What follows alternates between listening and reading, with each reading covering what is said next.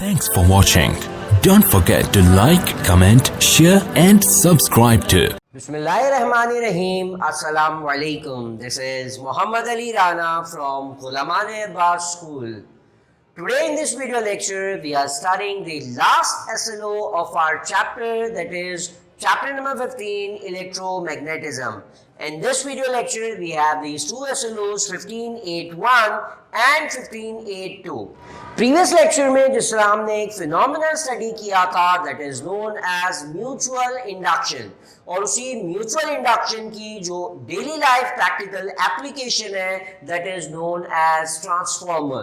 Transformer वो application है जिसमें वो प्रोसेस अप्लाई होता है. ट्रांसफॉर्मर इज अ डिवाइस जिसकी एक कंप्लीट वर्किंग बेस करती है म्यूचुअल इंडक्शन पे. प्रीवियसली लेक्चर्स के अंदर हमने इलेक्ट्रोमैग्नेटिक इंडक्शन का प्रोसेस सीखा था, उसको रिकॉल कर लेते हैं, जिसमें हमने सीखा था दैट किसी भी कंडक्टर में अगर हम मैग्नेटिक फ्लक्स का चेंज लाएंगे, this change in magnetic flux will produce an induced EMF in a near by conductor. Same phenomena हमने अप्लाई किया बाय यूजिंग टू कॉइल्स. दो कॉइल्स को हमने एक दूसरे के करीब प्लेस किया. एक कॉइल के अंदर हमने जो है वो एक ऑल्टरनेटिंग करंट फ्लो किया जिसकी वजह से इंडक्शन हुई. इंडक्शन से सेकेंडरी कॉइल या सेकेंड कॉइल के अंदर जो है वो फ्लक्स का चेंज आया, और फ्लक्स के चेंज की वजह से उस सेकेंड कॉइल के अंदर ईएमएफ इंड्यूस हुआ. So that was the process of mutual induction. Same process जो है वो हमारा ट्रांसफॉर्मर में भी अप्लाई होता है. So what is a transformer? So transformer is a device that is used to increase और decrease the alternating voltage. Transformer एक ऐसी डिवाइस है जो कि ऑल्टरनेटिंग वोल्टेज को इंक्रीज या डिक्रीज करने के लिए हम यूज करते हैं. डेली लाइफ के अंदर तमाम almost all the devices that we use in a daily life as a transformer that is connected with those devices. almost तमाम appliances के अंदर ये transformer लगा होता है. इसका purpose, इसका use याद रखिएगा, it is used to increase or decrease the alternating voltage. For example, हम जो मेन लाइन के अंदर इलेक्ट्रिसिटी जो आ रही होती है, उस मेन लाइन के अंदर हमें पता है ऑल्टरनेटिंग वोल्टेज होता है 220 वोल्ट का, और जो हम एक मोबाइल चार्जर जो उसके साथ कनेक्ट करते हैं, it does not require 220 volt. उस चार्जर को 220 वोल्ट नहीं चाहिए होते. वो क्या करता है, वो उसके अंदर एक ट्रांसफॉर्मर भी कनेक्टेड होता है जो कि उस 220 वोल्ट को रिड्यूस करके 5 वोल्ट, 10 वोल्ट और 12 वोल्ट के अंदर कन्वर्ट कर देता है. इसी तरह से और दूसरी बहुत सारी डिवाइसेस हैं जो कि हम डेली लाइफ में यूज करते हैं, जिनको वर्क करने के लिए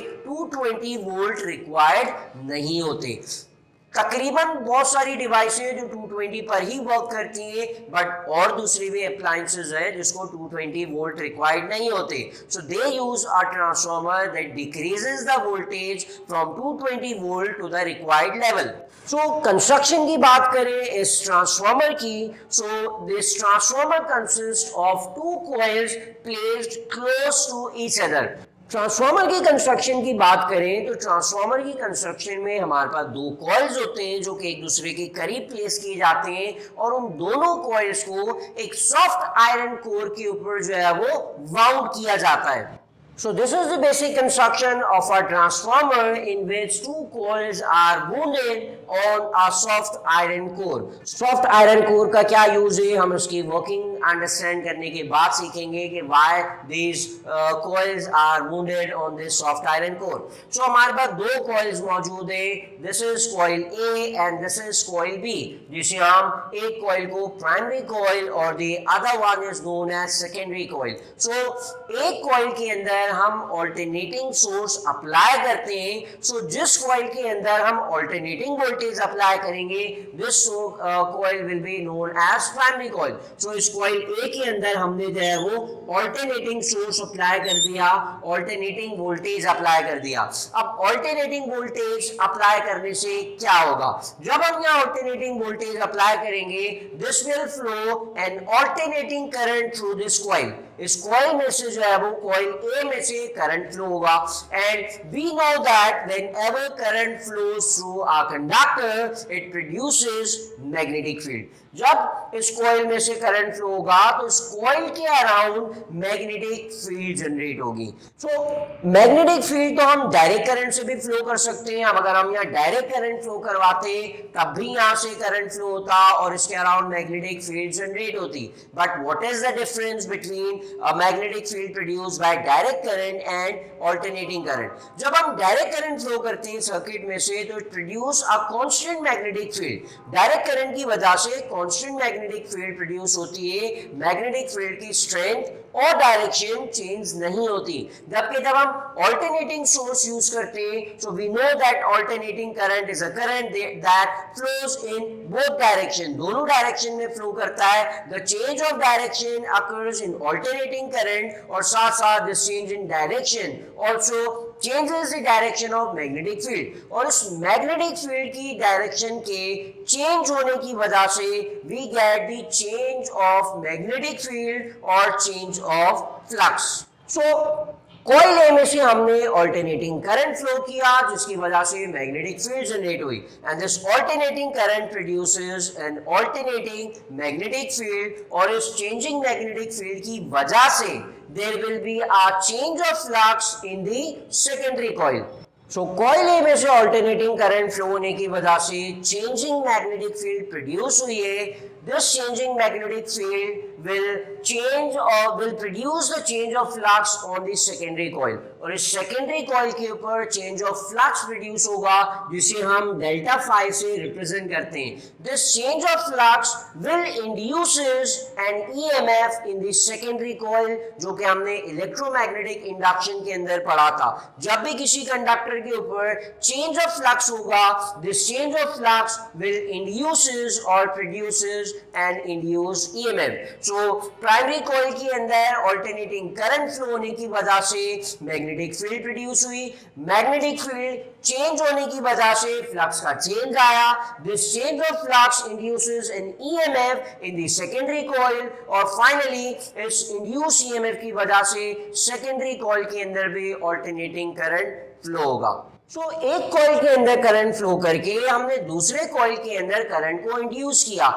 क्या जरूरत है हमें, हम डायरेक्ट ये कर दें कि हम इस वायर्स को आपस में ज्वाइन कर दें तो यहाँ जो करंट फ्लो हो रहा है वो डायरेक्टली वहां चला जाएगा। तो हमने एक मैग्नेटिक इफेक्ट को यूज करके करंट को एक कॉइल से दूसरे कॉइल के अंदर मैग्नेटिकली ट्रांसफर क्यों किया? अगर मैं इसको डायरेक्ट इलेक्ट्रिकली कनेक्ट कर देता दोनों कॉइल्स को so the amount of current flowing through this coil A and coil B will be same. ये दोनों करंट जो है वो सेम होते हैं। जो बेसिक पर्पस था एक ट्रांसफार्मर का वो यूज नहीं हो पाता। बेसिक पर्पस क्या है ट्रांसफार्मर का? दैट इट कैन रिड्यूसेस और it can increase the alternating voltage. Voltage कम और ज्यादा हम इसकी मदद से कर सकते हैं। अब इस सॉफ्ट आयरन कोर का यूज देखें। ये सॉफ्ट आयरन कोर हम यूज करते हैं यहाँ एक ट्रांसफार्मर के अंदर जिसके ऊपर हम प्राइमरी और सेकेंडरी कॉइल को वुंड करते हैं। So the purpose of their using this soft iron core is that this is magnetic material. ये जो सॉफ्ट आयरन कोर एक मैग्नेटिक मटेरियल है। अब चूंकि यहाँ जो हम ईएमएफ को इंड्यूस कर रहे हैं जिसकी वजह से करंट फ्लो होगा इस कॉइल में, so this current is due to induced EMF and this induced EMF is due to change of flux and change of flux is due to the presence of magnetic field। So soft iron core इस magnetic field के effect को enhance कर देता है और magnetic field के effect को जब वो enhance करेगा so that make easier to transform the change of flux in the secondary coil। तो ये हमारा basic purpose या use होता है for using soft iron core in this transformer। So जैसे हमने देखा purpose इसका voltage को इंक्रीज करना है या वोल्टेज को डिक्रीज करना है। So in that way we have two types, basic types of transformer that are step up transformer and step down transformer. दो तरह के बेसिक ट्रांसफार्मर है, one is step up transformer and the other is step down transformer. Step up transformer means कि वो transformer जो कि हमें secondary coil के अंदर वोल्टेज को इंक्रीज करवा देगा and the step down transformer is the one that decreases the voltage in the secondary coil. Primary coil के अंदर जो हम वोल्टेज दे रहे हैं, सेकेंडरी के अंदर अगर वो इंक्रीज कर रहा है transformer, so this is step up transformer, और अगर सेकेंडरी कॉइल के अंदर वो ट्रांसफॉर्मर वोल्टेज को डिक्रीज कर रहा है, so that is step down transformer. So जिसको हमने कहा था प्राइमरी कॉइल, और यहाँ जो नंबर ऑफ टर्न्स मौजूद है that is represented by NP, the number of turns in the primary coil. Similarly secondary coil था, यहाँ जो नंबर ऑफ टर्न्स है इसको हमने रिप्रेजेंट कर दिया by number of turns in secondary coil. और यहाँ जो हमने इनपुट वोल्टेज अप्लाई किया, अल्टरनेटिंग वोल्टेज अप्लाई किया, उसको हम रिप्रेजेंट करते हैं वोल्टेज Vp से, voltage in the primary coil. Similarly जो इंड्यूस EMF प्रोड्यूस होगा सेकेंडरी कॉइल में, हम उसको रिप्रेजेंट करते हैं Vs से, the voltage in the secondary coil. Similarly for the current IP and IS. So step up transformer की आइडेंटिफिकेशन क्या है कि स्टेप अप ट्रांसफॉर्मर में प्राइमरी कॉइल में नंबर ऑफ टर्न्स कम होंगे और सेकेंडरी कॉइल के अंदर नंबर ऑफ टर्न्स ज्यादा होंगे, बिकॉज हम स्टेप अप ट्रांसफॉर्मर का काम है वो वोल्टेज को इंक्रीज करना. So the number of turns in the secondary coil will be greater as in the case of primary coil. So जैसे मैंने अभी बताया, this is our step up transformer, this is primary coil and this is secondary coil. Primary coil में number of turns कम है and secondary coil के अंदर number of turns ज्यादा है. जिस तरह मैंने यहाँ रिप्रेजेंट कर दिया, number of turns in secondary is greater than number of turns in primary, as we I defined in the definition that voltage in the secondary coil will be greater than that of primary coil. इसी तरह से अगर current की बात करें, so maintaining the power constant, so current जो है वो प्राइमरी कॉइल के अंदर ज्यादा होता है स्टेप अप ट्रांसफॉर्मर में, एंड सेकेंडरी कॉइल के अंदर करंट कम होता है. इसी तरह स्टेप डाउन ट्रांसफॉर्मर की बात करें तो स्टेप डाउन ट्रांसफॉर्मर में number of turns secondary coil के अंदर कम होंगे, the voltage in the secondary coil will be smaller, but जो करंट है सेकेंडरी कॉइल के अंदर वो प्राइमरी कॉइल से ज्यादा होगा.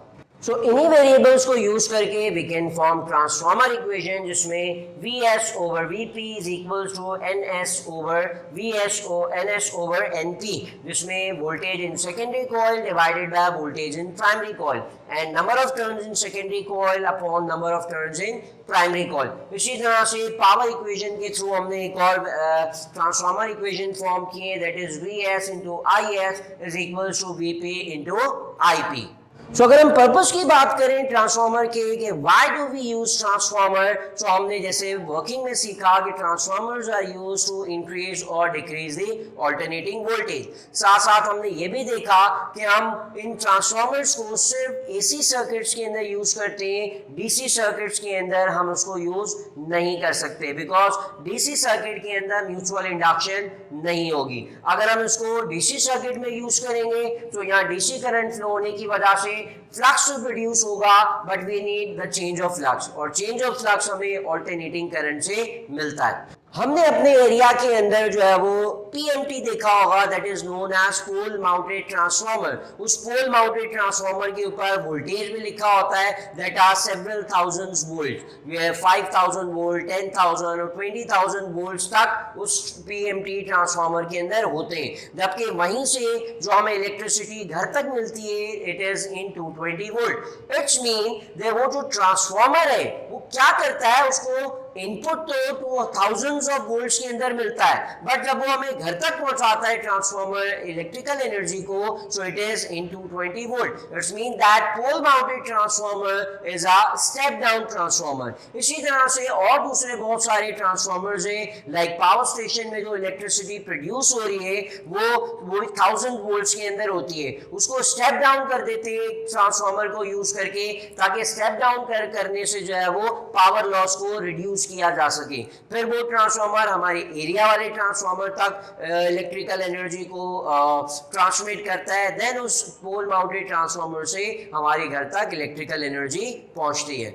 So here we come at the end of our class, उसमें हमने ट्रांसफॉर्मर सीखा, that what is transformer, और ट्रांसफार्मर की कंस्ट्रक्शन, ट्रांसफार्मर की वर्किंग एंड फाइनली ट्रांसफार्मर की टाइप वेकिंग। और साथ साथ हमने देखा कि डेली लाइफ में किस तरह से ट्रांसफार्मर में को हम यूज करते हैं। और फाइनली हमने लास्ट लेसनों में सीखा कि why we use transformer in AC circuits. AC circuits में यूज करते हैं, we can not use a transformer in DC circuits. So this is it for today's class. Inshallah, I will see you in the next video lecture with some other topics from our course physics. Till then, this is Muhammad Ali Rana taking off from this class.